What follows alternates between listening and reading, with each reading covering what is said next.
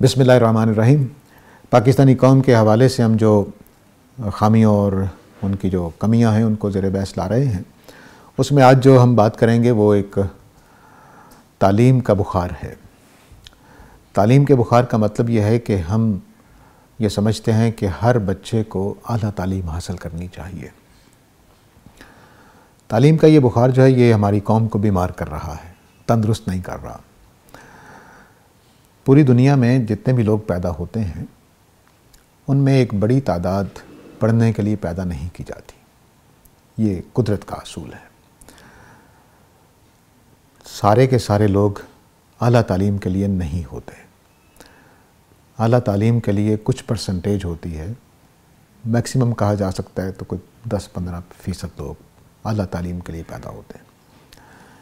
باقی سارے لوگ اعلیٰ تعلیم کے لیے پیدا نہیں ہوتے، وہ اور اعلیٰ کام کرنے کے لیے پیدا ہوتے ہیں۔ ان کو اللہ تعالیٰ نے ہنر دیا ہوتا ہے، ان کو اللہ تعالیٰ نے فنکارانہ ذہن دیا ہوتا ہے، ان کو اللہ تعالیٰ نے تخلیقی ذہن دیا ہوتا ہے۔ وہ تعلیم میں آنے کے لیے نہیں ہوتے۔ وہ سوسائٹی کے وہ کارکن ہوتے ہیں جن کے اوپر سوسائٹی چل رہی ہوتی ہے۔ وہ کمانے والے لوگ، وہ محنت مزدوری کرنے والے لوگ، وہ بڑے بڑے انجینئر اور ڈاکٹر نہ صحیح لیکن پڑھنے کے بغیر وہ انجینئر اور ڈاکٹر ہوتے ہیں۔ ان کا کام یہی ہوتا ہے۔ وہ پیدائشی طور پر یہ صلاحیتیں لے کر پیدا ہوتے ہیں۔ تو اگر معیشت کا پہیہ اگر دیکھا جائے تو معیشت کے پہیے میں پڑھے لکھے لوگ بہت تھوڑے ہوتے ہیں۔ زیادہ لوگ وہ ہوتے ہیں جو پڑھے بغیر کاروبار چلا رہے ہوتے ہیں۔ میں اس کی مثال دیا کرتا ہوں کہ حضرت یوسف علیہ السلام کو کس نے پڑھایا تھا؟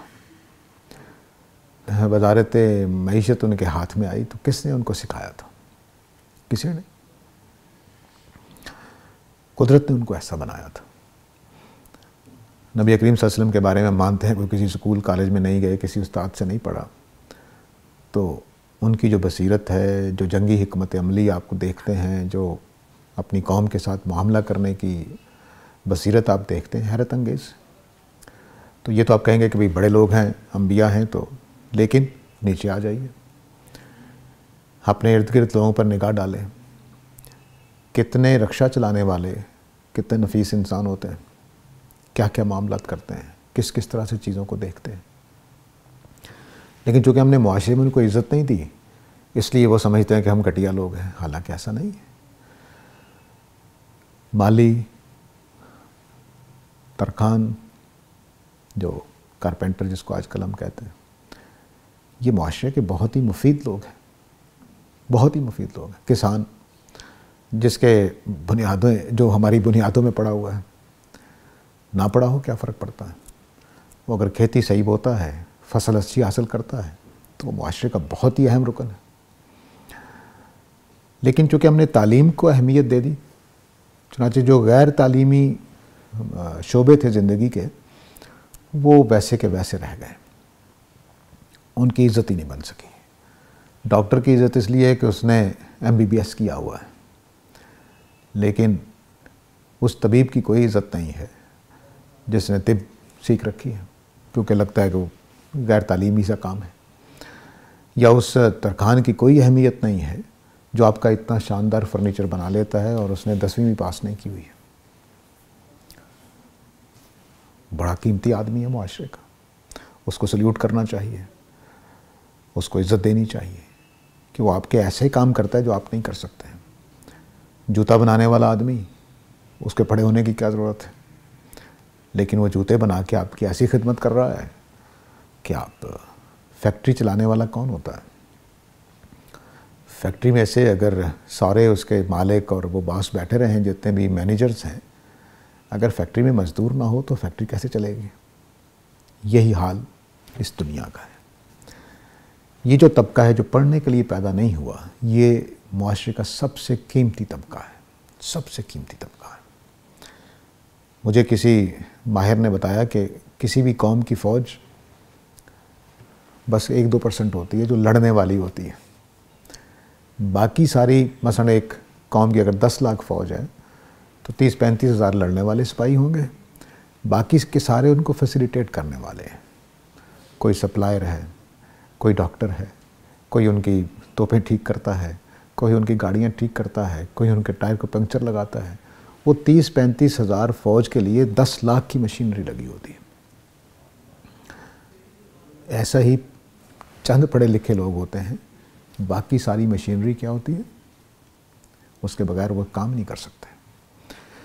اس طبقے کی سب سے زیادہ اہمیت ہوتی ہے، جو فیسیلیٹیٹر جس کو میں کہہ رہا ہوں، وہ سب سے زیادہ اہم ہے. کیونکہ اگر اس نے بیج نہیں بویا تو کل میری ملوں میں آٹا نہیں آئے گا، اور یہ جو پڑھا لکھا آدمی بیٹھا ہوا ہے اس کے منہ میں نوالا نہیں جائے گا. اس کو بھی پھر پڑھنا چھوڑنا پڑے گا. تو معاشرے کا یہ جو طبقہ ہے جو پڑھنے کے لیے نہیں پیدا ہوا، زیادہ قیمتی طبقہ ہے، کیونکہ وہ پورے معاشرے کو لے کر کھڑا ہے. اگرچہ نظر آئیں گے کہ پڑھے لکھے لوگ نہیں، پڑھے لکھے لوگ معاشرہ نہیں چلا رہے ہوتے ہیں. وہ تو صرف ٹرینڈز بنا رہے ہوتے ہیں، کوئی اوپر کی تحقیقات کر رہے ہوتے ہیں، کوئی سائنس سے دریافت کر رہے ہوتے ہیں، کوئی ٹیکنالوجی دریافت کر رہے ہوتے ہیں. ان کا کام یہ ہوتا ہے. باقی سارا کام یہ لوگ کر رہے ہوتے ہیں جو پڑھنے کے لیے پیدا نہیں ہوئے، جو پڑھنے کے لیے پیدا نہیں ہوئے. اس لیے ہمیں یہ بھی دیکھنا چاہیے اپنے بچوں کے اندر کہ میرا فلاں بیٹا پڑھنے کے لیے پیدا ہوا ہے یا نہیں ہوا، یہ دیکھنا چاہیے. میں ایک جملہ بولا کرتا ہوں کہ پاکستان میں کتنے ہی ڈاکٹر والدین کے کہنے پر بنتے ہیں، اصل میں ڈاکٹر نہیں ہوتے. اللہ تعالیٰ نے موچی پیدا کیا ہوتا ہے، بن ڈاکٹر جاتے ہیں. چنانچہ وہ ٹانکے تو بہت اچھے لگا لیتے ہیں سرجری میں، لیکن علاج نہیں کر پاتے. یہ میں ایک شعبے کی بات کر رہا ہوں، یہ نہ سمجھے کہ میں ڈاکٹروں کو پسند نہیں کرتا، بڑے عزت کے لوگ ہیں، لیکن یہ ہمارے ہاں جو ذہن بنا اس کی میں نتائج بتا رہا ہوں. چنانچہ پچھلے 10 سال پہلے کی بات ہے غالباً، یونیسیف نے ایک سروے کیا پاکستانی ڈاکٹرز کے اوپر. تو انہوں نے بتایا کہ 99% ڈاکٹرز بخار کی ساری وجوہات سے واقف نہیں تھے. مطلب کیا؟ مطلب یہ کہ انہوں نے ڈاکٹری پڑھی نہیں ہوئی یا اس وقت ذہن میں نہیں ہے. تو اب جب مریض آئے گا آپ کے پاس اور آپ کو بخار کے سارے اسباب معلوم نہیں ہیں کہ بخار کس کس وجہ سے ہو سکتا ہے، تو آپ بخار کی علامت سے اس بیماری تک نہیں پہنچ سکیں گے جو ذہن میں آنی چاہیے. نتیجہ کیا نکلے گا کہ آپ ہو سکتا ہے کہ سمجھ رہے ہوں کہ اس نے ٹھنڈ لگ گئی ہے اس وجہ سے بخار ہو گیا ہے، لیکن اس کو نمونیا کا بخار ہوا ہو یا اس کو کسی اور ملیریا کا بخار ہوا ہو، تو اب آپ علاج ہی نہیں کر پائیں گے. تو یہ جو ہمارے چیز پیدا ہوتی ہے اس کی وجہ ایک ہی ہے کہ میں بھی چاہتا ہوں کہ میرا بچہ اعلیٰ تعلیم حاصل کرے. چنانچہ نتیجہ کیا نکلتا ہے؟ نتیجہ یہ نکلتا ہے کہ جو بچے اسکول میں فیل ہوتے ہیں وہ بے عزت ہونا شروع ہو جاتے ہیں، ساری زندگی کے لیے برباد ہو جاتے ہیں، ساری زندگی کے. ان کو یہی ہوتا ہے کہ ہم نکمے ہیں. وہ نکمے نہیں ہوتے، وہ پڑھائی میں نکمے ہوں گے لیکن دوسرے کاموں میں بہت اچھے ہوں گے. ان کو کام دیے نہیں جاتے کیونکہ میرا گھرانہ ہے، میرے بچے دکان لگائیں، یہ کیسے ہو سکتا ہے؟ میرا بچہ ریڑھی لگائے، یہ کیسے ہو سکتا ہے؟ میرا بچہ الیکٹریشین بنے، یہ کیسے ہو سکتا ہے؟ ہم مسلسل اسی ذہن میں رہتے ہیں. چنانچہ ہمارے معاشرے میں یہ جو طبقہ ہے جو middle class, upper middle class ہوتی ہے، یہ اسی کشمکش میں رہتے ہیں. اللہ نے بچہ الیکٹریشین پیدا کیا تھا، لیکن میں اس کو پڑھا کے بی اے ایم اے کروا کے پھر رلنے کے لیے سوسائٹی کے حوالے کر دیتا ہوں. چنانچہ وہ ایک مصیبت بنا رہتا ہے میرے لیے بھی، میرے گھرانے کے لیے بھی، میرے معاشرے کے لیے بھی. تو تعلیم سب کے لیے ہونی چاہیے، لیکن پرائمری، جس میں وہ موٹا موٹا حساب کرنا سیکھ لے، اخبار پڑھنا سیکھ لے، اپنا خط لکھنا سیکھ لے، اپنی پیغام رسانی سیکھ لے، بس کافی ہے.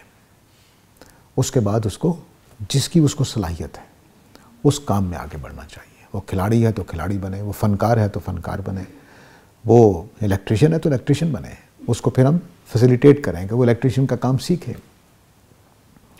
چنانچہ الیکٹریشین بھی وہ بن جاتے ہیں جن کو آتی نہیں ہوتی. چنانچہ وہ آپ کو ڈرل سے سوراخ تو کر لیں گے، اس کے بعد تاریں ہوتا غلط لگا جائیں. تو وہ پورا نظام ہی جب کہ ہم نے خراب کر دیا تو کسی بھی میدان میں اچھے لوگ نہیں آتے. اکا دکا آپ کو مل جاتے ہیں. وہ ظاہر ہے کہ قدرت کا فیصلہ تو پھر ہوتا ہی ہے کہ وہ اس نظام میں بھی کوئی نہ کوئی باصلاحیت لوگ آ جاتے ہیں. تو اس لیے اپنے اوپر، اپنے گھر والوں کے اوپر، اپنے بچوں پر خاص طور سے توجہ دیں ان کو مریض نہیں بنائیں، ان کو دیکھیں کہ وہ کس میدان کے ہیں. اس کے لیے کوئی زیادہ ضرورت نہیں ہے محنت کی. اب بہت اچھی ویب سائٹ پہ اس طرح کے ٹیسٹ موجود ہیں جن کے ذریعے سے آپ اپنے بچوں کو بھانپ سکتے ہیں. موٹی موٹی چیزیں نظر آتی ہیں. اگر بچے کھلونوں کے ساتھ کھیل رہے ہیں تو اسی سے اندازہ ہو جاتا ہے کہ کس مزاج کے ہیں، ان کو کس میدان میں جانا چاہیے. بعض بچوں کو آپ دیکھیں گے کہ پیچکس پکڑیں گے اور کھلونا کھول کے رکھ دیں گے. جان لیجئے کہ یہ کچھ ٹیکنالوجی ٹائپ، میکینیکل ٹائپ کام کرنے والا بچہ ہو سکتا ہے.